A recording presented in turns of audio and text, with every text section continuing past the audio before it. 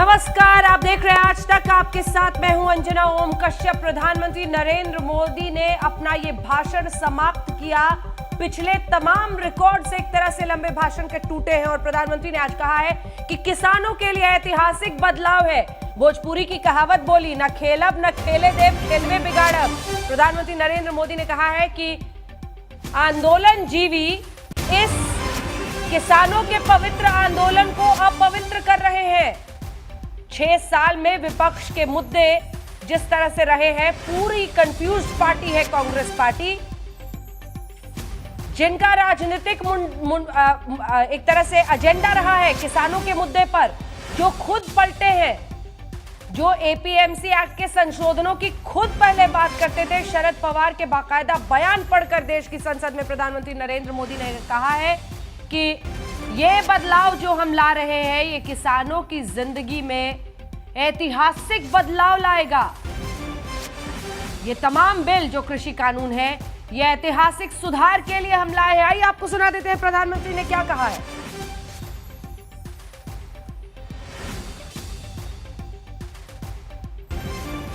किसान आंदोलन को पवित्र मानता हूं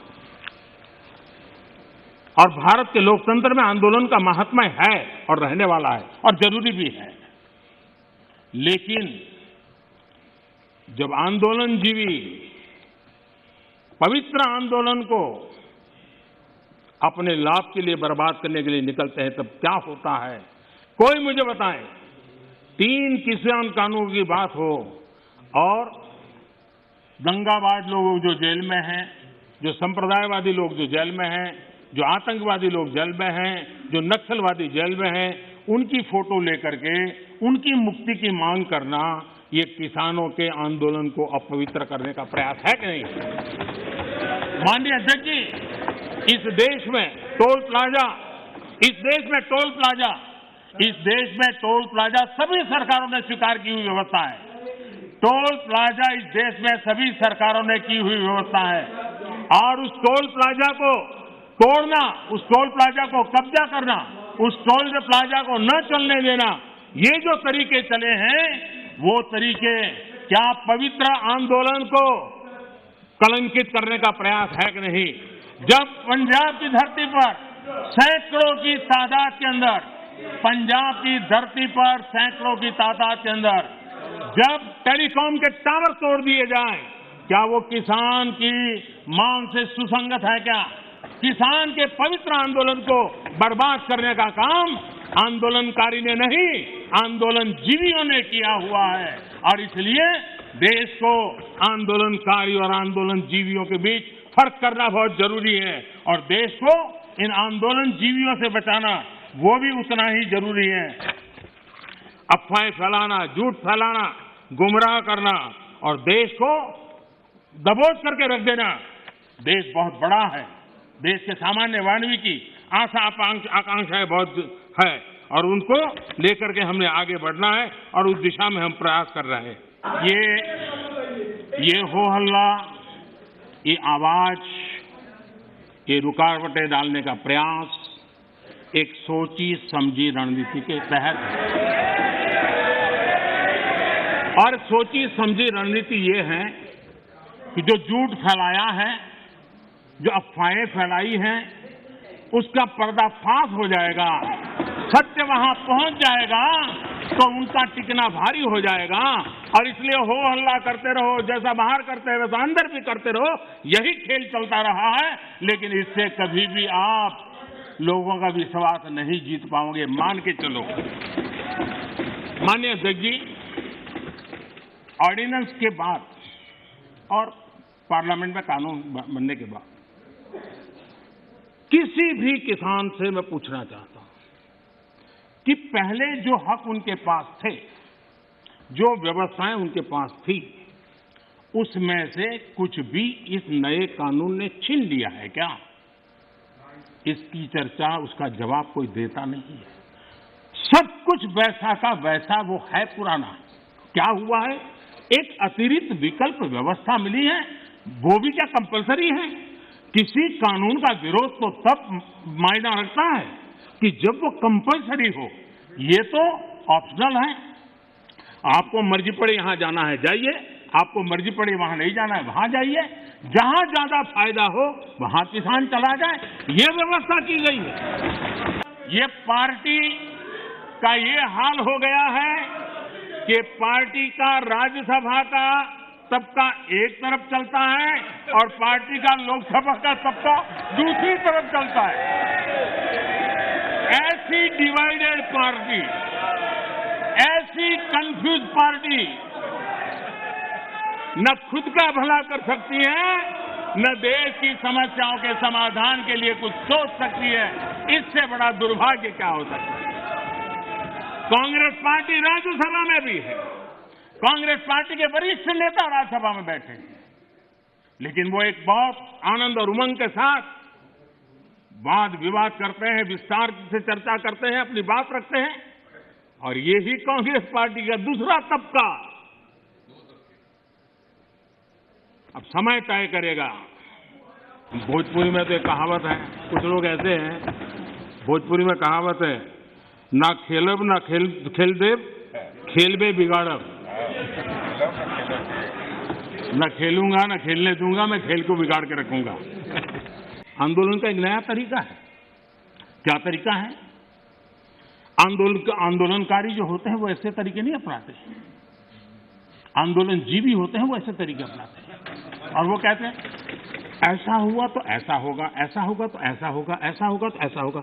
अरे भाई, जो कुछ हुआ ही नहीं, जो होना नहीं है, उसका भय पैदा कर करके और पिछले कई सालों से लगातार सुप्रीम कोर्ट का एक जजमेंट आ जाए, कोई निर्णय नहीं हुआ है और एकदम से तूफान खड़ा कर दिया जाए, आग लगा दी जाए देश में।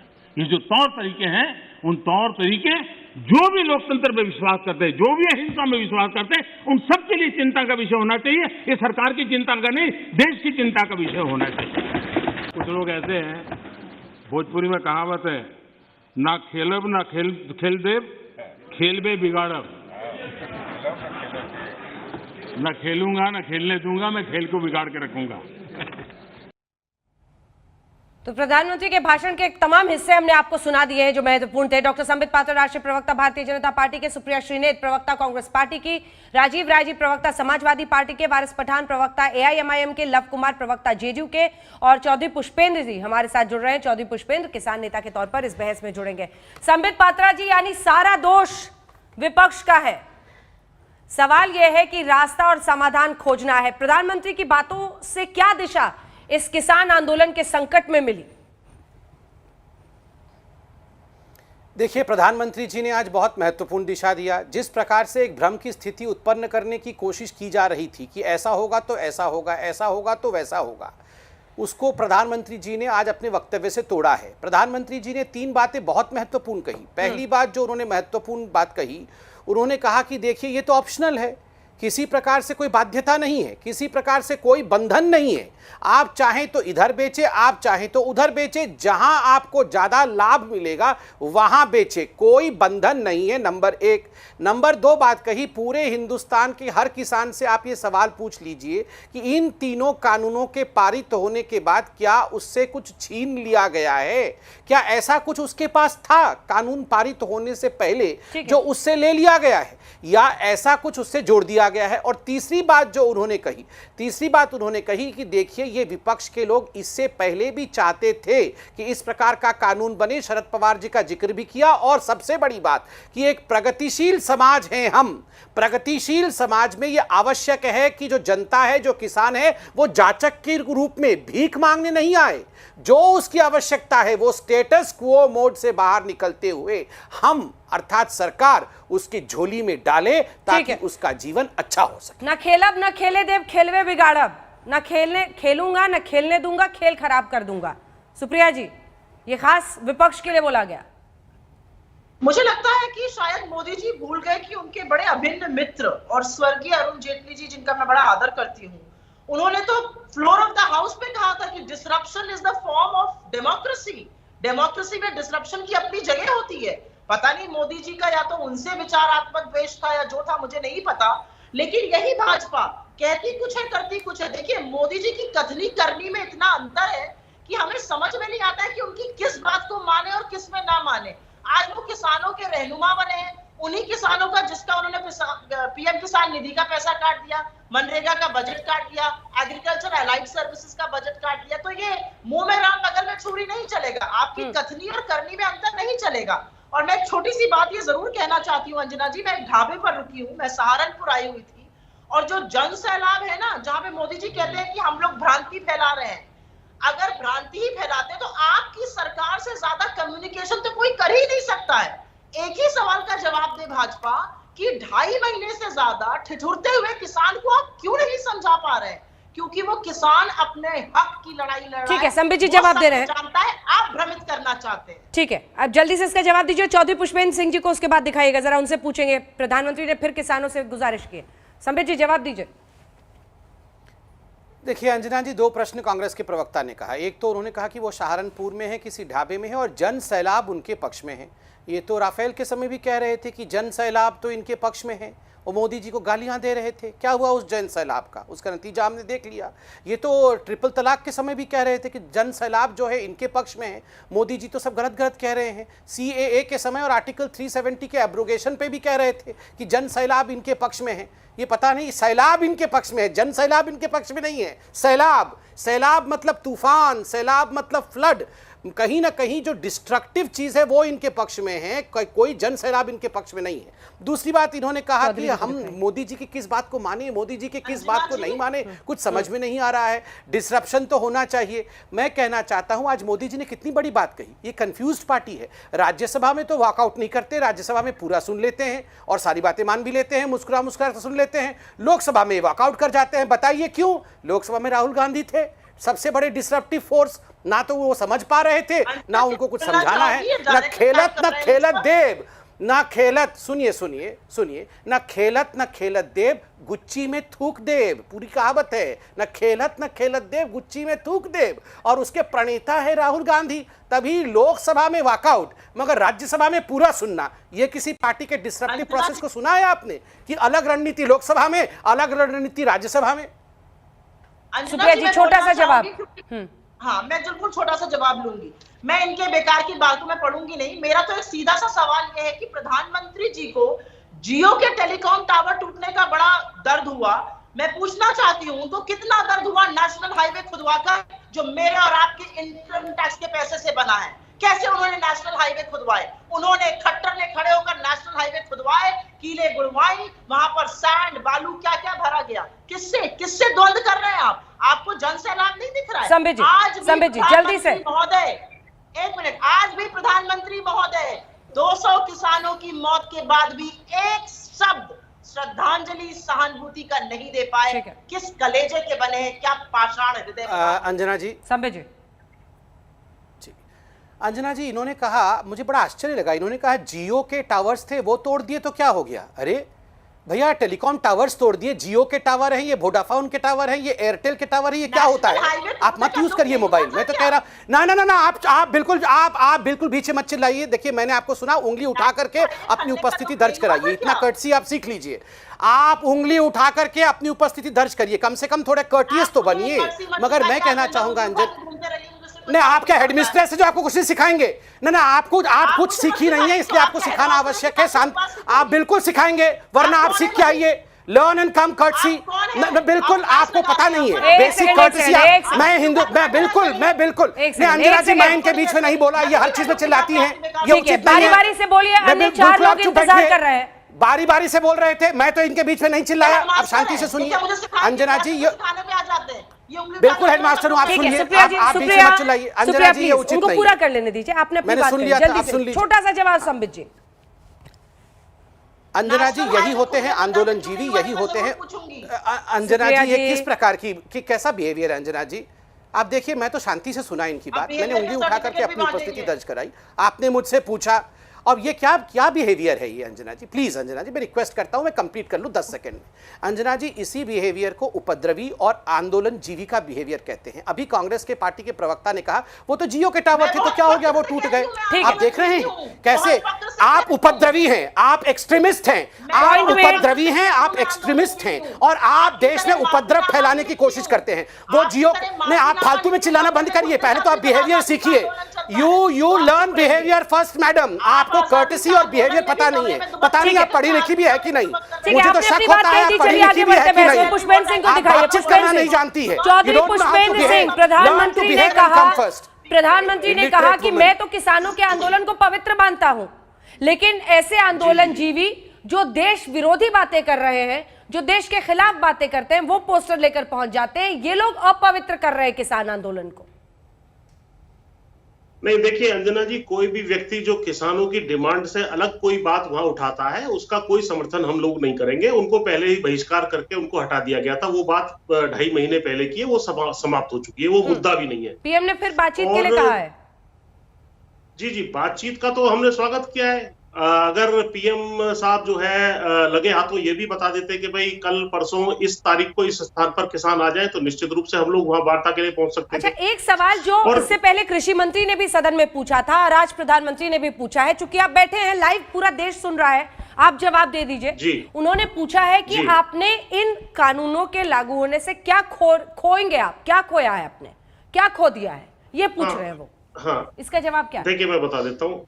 देखिए, जो हमारी मंडी की व्यवस्था है, इन कानूनों में कुछ ऐसे प्रावधान है जिसकी वजह से वो मंडी की एग्जिस्टिंग व्यवस्था कमजोर पड़ेगी और कुछ समय बाद उनके ऊपर जो है वो बंद होने की कगार पे आ जाएंगी। उदाहरण के तौर पर जो मध्य प्रदेश है, जब से कानून लागू हुए थे, मध्य प्रदेश में करीब 50 मंडियां ऐसी हैं, इंडियन एक्सप्रेस में रिपोर्ट छपी थी बाकायदा, जो ₹1 का ट्रांजेक्शन भी वहां नहीं हो पाया और वो बंदी की कगार पर पहुंच चुकी है। तो इनमें जो है निश्चित रूप से जो एमएसपी की व्यवस्था है, जैसा कि पीएम साहब ने कहा कि जो हमने नहीं मांगा हमने दे दिया। अरे भाई, जो मांग रहे हैं वो भी दे दो। मांग हम ये रहे हैं कि भाई हमें एमएसपी को लीगल गारंटी बना दीजिए। एमएसपी जो रेट्स सरकार हर साल घोषित करती है, उससे नीचे कोई खरीद परचेज ना हो। अगर इसको कर देते और बाकी जो कानून है उनमें कुछ अमेंडमेंट्स के साथ स्वीकार्यता सारी चीज की बढ़ जाती और एक बीच का रास्ता निकल सकता था। ये कंसिस्टेंट स्टैंड मेरा रहा है। प्रधानमंत्री है, लेकिन चौधरी जी, आपका स्टैंड तो बाकी किसान नेताओं से अलग है फिर। नहीं, देखिए ऐसा होता है, बीच का रास्ता एक लेना पड़ता है। अगर आप रिपील की बात कर रहे हैं और एमएसपी लागू करने की बात कर रहे हैं, अब सरकार एमएसपी यदि लागू कर देती है तो कुछ अमेंडमेंट्स जो हम चाहते हैं, भाई अगर दुकान का बोर्ड वही रहो लेकिन सामान हम अपना रख दें, तो उसमें क्या आपत्ति है? फिर तो बात मान लेनी चाहिए। आप लोगों की बात नहीं सुन रहे, क्योंकि वो तो मानने को तैयार नहीं है और नए सिरे से आंदोलन गाजीपुर में, सारे नेता भी विपक्ष के गाजीपुर ही पहुंच रहे हैं, सारे लोग अब गाजीपुर बॉर्डर ही पहुंच रहे हैं, वही केंद्र बन गया है आंदोलन का। वो तो मना कर रहे हैं पुष्पेंद्र सिंह। नहीं, देखिए रिपील की जो बात आ रही है वो इसीलिए आ रही है कि आप सारी बात को नहीं मांग रहे, समग्रता में है। जैसे आप सुई धागा मान लीजिए, अब आप कहीं सुई ले जाओ या धागा ले जाओ, ये दोनों चीज कॉम्बिनेशन में है, रिपील और एमएसपी। तो यदि एमएसपी लागू करते थे तो कहीं ना कहीं रिपील की जगह आप अमेंडमेंट के साथ जो किसानों के हक में है उन पॉइंट्स पे डिस्कशन करके, और 1.5-2 साल के लिए तो ये लोग उसको सस्पेंड करने के लिए तैयार हैं। छोटा सा जवाब, फिर मैं राजीव राय जी और वारिस पठान साहब आ रही हूं जल्दी से। संबित जी, छोटा सा जवाब, बहुत देर से आपने हाथ खड़ा किया हुआ है। देखिए, पुष्पेंद्र जी ने अपने विषय को अच्छे से रखा, इसलिए मैं भी बहुत नम्रता से जवाब देता हूं। एक तो इन्होंने कहा बीच का रास्ता होना चाहिए, कोई अमेंडमेंट या अर्थात संशोधन अगर सरकार स्वीकार कर ले तो हम इसको मान्य करेंगे, मगर यहां पर तो टिकैत साहब और बाकी जो 40 लीडर है वो तो मानने को तैयार नहीं है। वो कह रहे हैं केवल और केवल रिपील। संशोधन के लिए तो सरकार बिल्कुल तैयार है पुष्पेंद्र जी, संशोधित करके इस बात पे चर्चा हुई थी। और आज भी प्रधानमंत्री ने कहा, सर मैं पुष्पेंद्र जी मैं कंप्लीट कर लूं, आप कहेंगे आप तो सुप्रिया श्रीनित नहीं है, बीच पे चिल्लाने की आवश्यकता नहीं है। देखिए, धन्यवाद भाई साहब। देखिए, आज प्रधानमंत्री ने भी कहा क्लॉज बाय क्लॉज आप स्पेसिफिक्स पे चर्चा करिए, स्पेसिफिक्स पे अमेंडमेंट करना हो तो हम पक्का करेंगे। एमएसपी पे लेकर भी आप स्पेसिफिक पे चर्चा करिए, चर्चा से ही राह निकलेगा। नंबर 1। नंबर 2, देखिए मंडी के लिए आज प्रधानमंत्री ने कहा कि इस बजट में भी 1000 मंडियों को किस प्रकार और सशक्त करना है उसका भी प्रावधान है। आप जानते हैं खुद भी, आप तो विद्वान हैं, तो मंडियों को बढ़ाने की बात हो रही है। सिर्फ एक लाइन का मैं राजीव राय जी केवल मैं ये कहना चाहता हूँ कि एमएसपी यदि आप बाध्यकारी बना दें तो इसमें आसानी हो जाएगी। एमएसपी के ऊपर बोलो मेरे भाई, एमएसपी के लिए कमेटी की आवश्यकता नहीं है, तत्काल लागू कर सकते हैं उसको क्यों नहीं लागू कर देते आप? क्यों नहीं कर देते संबित जी?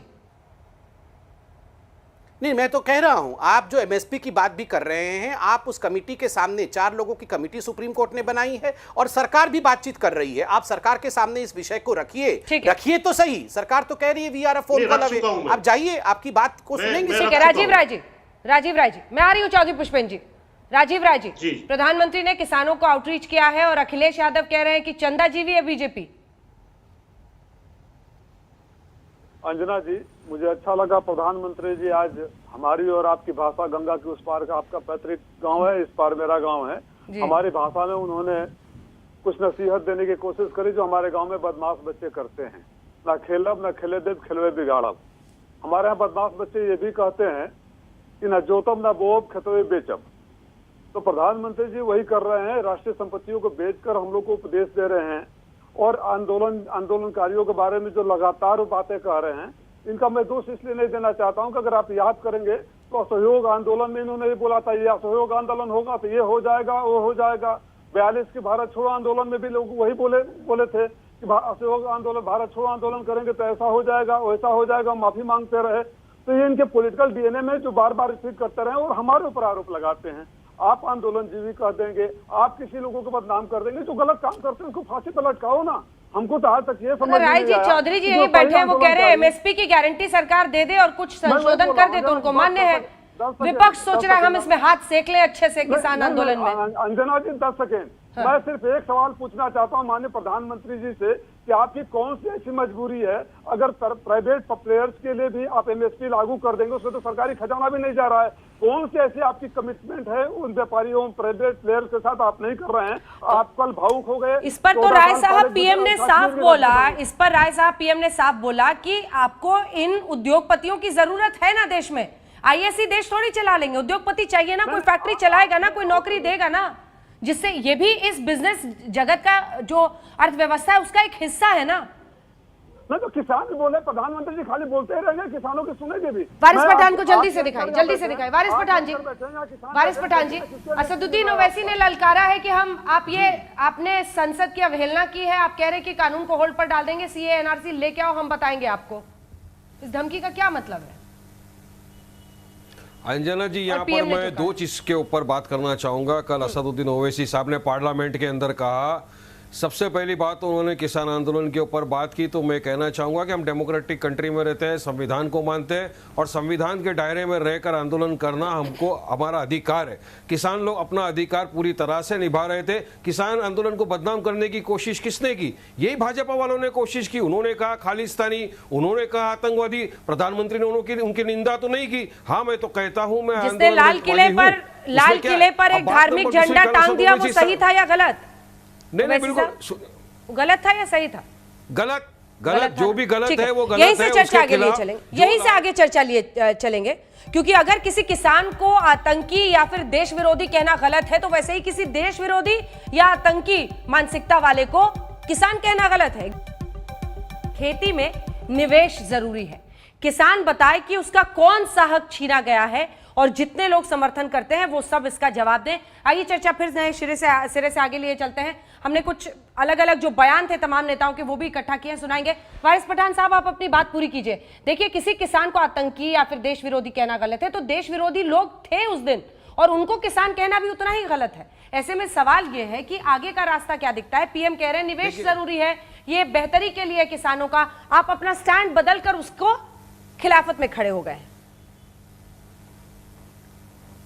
जो भी देश विरोधी अंजाने जी, उसके खिलाफ तो कानून सख्त कार्रवाई करेगा और जो भी है उसके खिलाफ कोर्ट से। मेरा दूसरा सवाल ये अंजना जी कि कल असद ओवैसी साहब ने पार्लियामेंट के अंदर प्राइम मिनिस्टर मोदी साहब से सवाल किया था। सवाल ये था वही कि जिस चीज से प्रधानमंत्री जी बहुत डरते हैं, जिसका नाम लेना, उस चीज का नाम है, उस कंट्री का नाम है चाइना।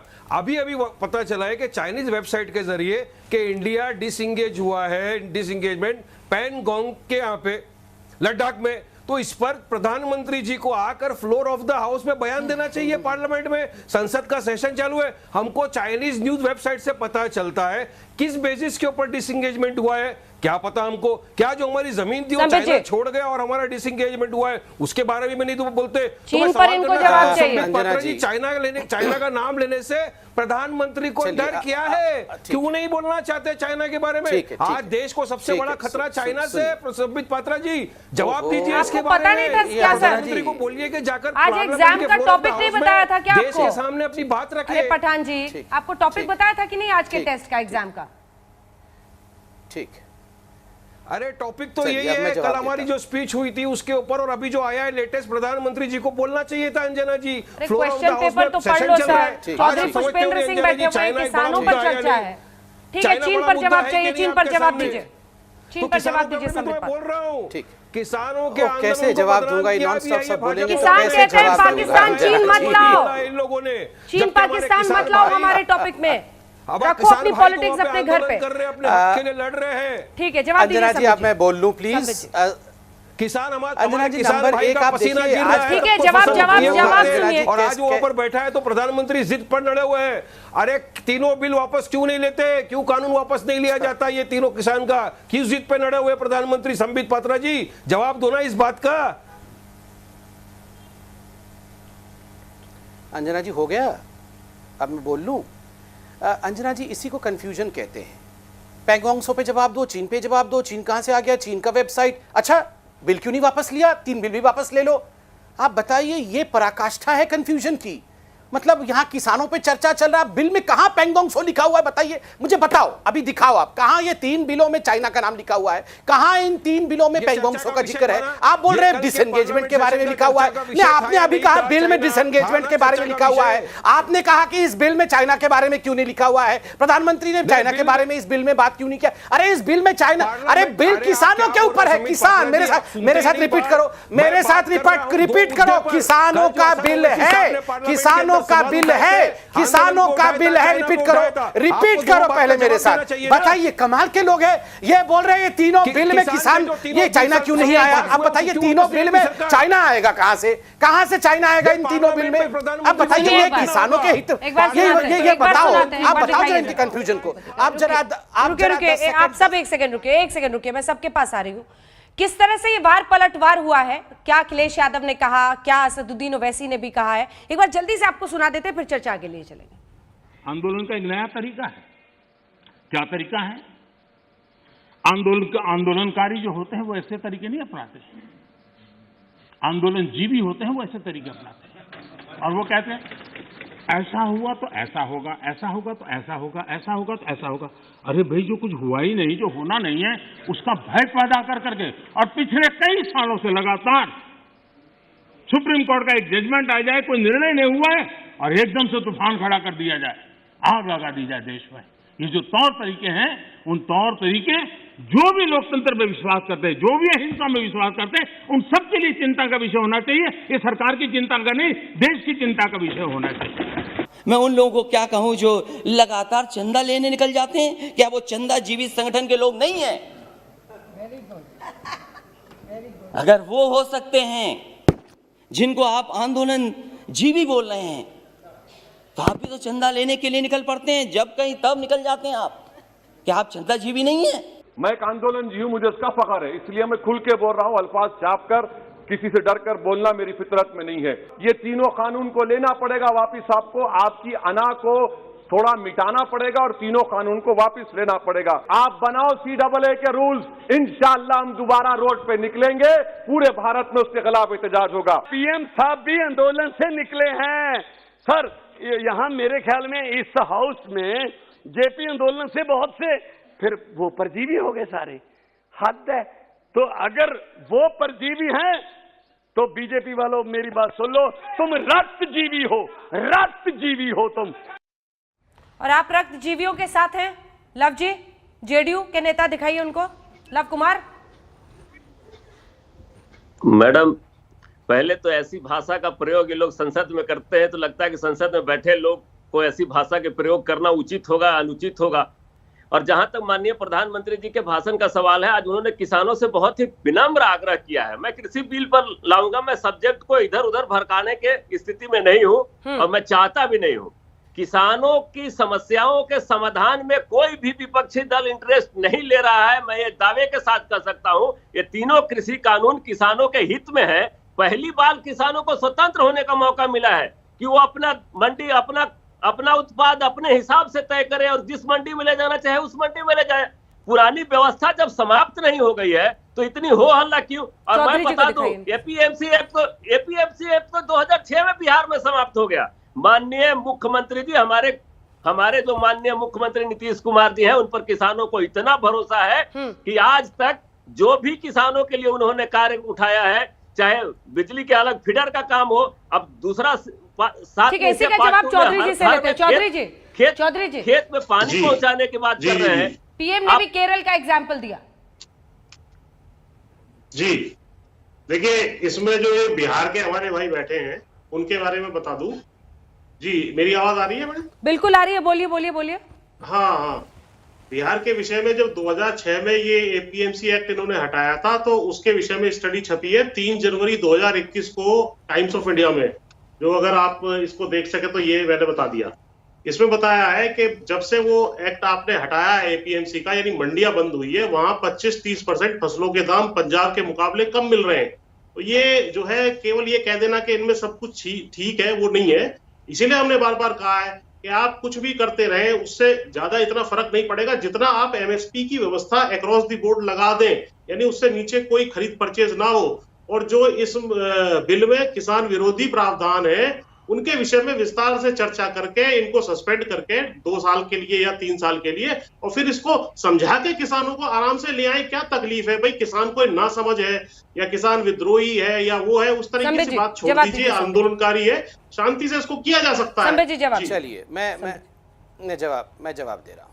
देखिए, पूरा विषय जहाँ तक 3 किसानों के बिल का विषय है, ये पूरा बिल पहले ऑर्डिनेंस के माध्यम से, उसके बाद पार्लियामेंट के दोनों सदनों ने एक लोकतांत्रिक प्रक्रिया से पारित किया। ठीक है, आप सुप्रीम कोर्ट भी गए, सुप्रीम कोर्ट ने भी सुनवाई की और एक कमेटी की भी गठन की। उसके लिए भी कहा गया कि ये सुप्रीम कोर्ट भी बिका हुआ है, सुप्रीम कोर्ट ने भी ऐसी कमेटी बना दी, वैसी कमेटी बना दी। प्रधानमंत्री जी ने भी अपने अभिभाषण में पूरे विषय को समझाया और कहा कि बिल्कुल मेरा द्वार खुला हुआ है, आप आइए, बातचीत करिए, हर विषय पर हम क्लॉज बाय क्लॉज बात करेंगे। मगर किसान नेता कहते हैं, तथाकथित किसान नेता कहते हैं केवल रिपील और कुछ नहीं। नंबर 2, यहां पर हमें चंदाजीवी कहा गया, मैं उसका, और रक्तजीवी कहा गया, मैं इसका जवाब देना चाहूंगा। देखिए, चंदा किसके लिए चंदा मांग रहे हैं? भगवान श्री राम जी के मंदिर के लिए, भव्य मंदिर के निर्माण के लिए झोली फैला करके भीख मांग रहे हैं। और बिल्कुल हिंदू, मुसलमान, सिख, ईसाई सभी उसके लिए चंदा दे ताकि भगवान राम का भव्य मंदिर बन सके। आप हमें चंदाजीवी कह रहे हैं? आप तो गोली मारने वाले हत्यारे हैं। 60 आप तो कहते थे कि 60 को मारा है, 70 को मारा है, आवश्यकता पड़ने पर 100 से भी अधिक लोगों को मार देते। आप हमें चंदाजीवी कह रहे हैं? आप तो हत्यारे हैं। नंबर 2, यहाँ पर हमें रक्तजीवी कहा गया। अंजना जी, ये इमरान हुसैन किस पार्टी का सदस्य है? वो जो हुसैन जिसने अपने घर के ऊपर, जो काउंसलर था आम आदमी पार्टी का, जिसने अपने घर के ऊपर पत्थर, पेट्रोल बॉम्ब इत्यादि सब रख रखा था, और अंकित जैन को जिसने मारा, किस पार्टी का सदस्य है? ये सदस्य था आम आदमी पार्टी का। तो सर, इस बिल में कहां पे है दिल्ली के दंगे? इस बिल में कहां पर है? हम लोग टॉपिक पर तो रहे, कम से कम टॉपिक पर। नहीं, उन्होंने रक्तजीवी कहा ना हमें, उन्होंने हमें रक्तजीवी कहा। दूसरी बात, इसी बिल को लेकर, अंजना जी मैं 10 सेकंड में समाप्त कर रहा हूं। इसी बिल में प्रधानमंत्री जी ने 4 इसी बिल में प्रधानमंत्री जी ने 4 बड़ी बात कही। इस बिल को लेकर जिस प्रकार से भ्रम फैलाया गया, और दंगाइयों के फोटो को लेकर, सर्जिल इमाम को रिहा करो, सर्जिल इमाम को रिहा करो, और उमर खालिद को रिहा करो। उमर खालिद का और सर्जिल इमाम का क्या लेना देना है? जो किसान उसकी रिहाई के लिए मांग कर रहे थे। अगर 2 पोस्टर वहां कोई पकड़ ले तो आप दबाव में आ जाते हैं। कोई नहीं दबाव में आ रहा है, कैसी बात ना, कोई दबाव में नहीं आ रहा है, मगर इनको एक्सपोज करना तो जरूरी है ना आतंकियों को। और ये देखिए, ये आंदोलनजीवी कहते हैं, नहीं आंदोलनजीवी कहते, किसानों की बात हो रही है। बताइए रॉबर्ट वाड्रा के बारे में बताइए। हाँ, रॉबर्ट वाड्रा के बारे में बताइए। विश्व का सबसे बड़ा किसान है, बताइए। बहस डीरेल हो जाएगी, प्लीज मुझे ब्रेक लेना है, जल्दी से शुक्ला जी को बात पूरी करने दीजिए। मैडम, इन लोगों को बिल्कुल ऐसे जवाब देना होता है। लोगों से ये पूछिए, एमएसपी था और रहेगा, उसको कानूनी जामा क्यों नहीं पहनाए दे रहे हैं? अपनी ही कही हुई बात क्यों नहीं सुन रहे? क्यों नहीं पहनाया 70 साल तक? मैडम, 70 साल तक क्यों नहीं पहनाया? एमएसपी था और रहेगा तो क्यों नहीं पहनाया था? और बताइए, केरल से तो सांसद है राहुल गांधी, क्यों नहीं वहाँ एपीएमसी बनाया केरल में? बताइए क्यों नहीं बनाया? इसी एमएसपी को कानूनी जामा पहनाने का है, और इसी पर बवाल। प्रधानमंत्री ने कहा कि किसान आंदोलन को मैं पवित्र मानता हूं, लेकिन जो दंगाई, जो देश विरोधी लोग इसमें घुस गए हैं, वो इसे अपवित्र कर रहे हैं। इसी पर आप देख रहे थे हल्ला बोल, देखते रहिए आज तक। नमस्कार, मैं हूं अंजना ओम कश्यप। हमें उम्मीद है ये वीडियो आपको पसंद आया होगा। लेटेस्ट खबरों के लिए यूं ही देखते रहिए आज तक, और इस वीडियो के पसंद आने पर लाइक, शेयर एंड सब्सक्राइब करना ना भूलें।